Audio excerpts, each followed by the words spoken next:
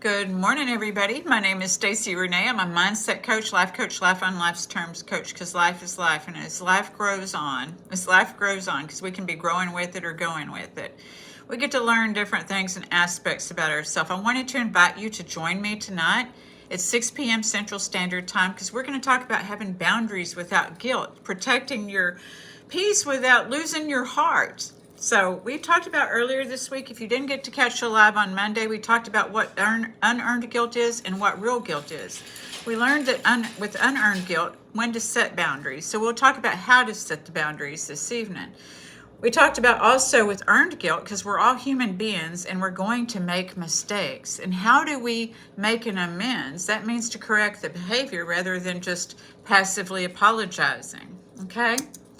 So then we talked about on Wednesday the language of guilt manipulation. You know, people with these relational strategies that they learned, these learned language and learned behaviors, so that we can recognize those and when we need to set boundaries. So that brings us to tonight at 6 p.m. Central Standard about setting those boundaries and still being able to love. When are we going from selfishness to self-love, and what are we doing there? So I've got my notes here because this is only a couple of minutes. So we'll explore why the boundaries feel so hard and why you stay stuck and how to tell the difference between that selfishness and self-respect. So because someone else's disappointment is not proof that you've done something wrong, okay? So you can love people deeply without abandoning yourself. So join me tonight at 6 p.m. Central Standard Time. And remember, manipulation thrives in confusion and self-esteem is built in clarity.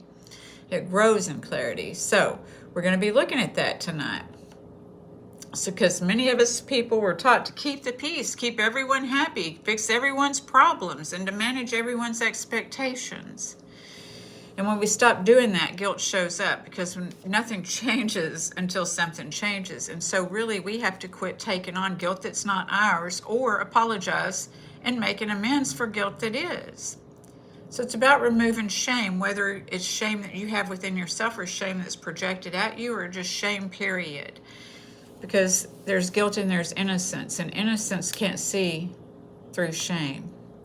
But when we remove the shame, we can see the innocence and we can see what we are actually guilty of and what we are not, because we end up in defensive mode all the time if we don't know the difference. So thank you so much for joining me tonight. It's 6 p.m. We have a wonderful community there, and I just am so grateful for all who do show up.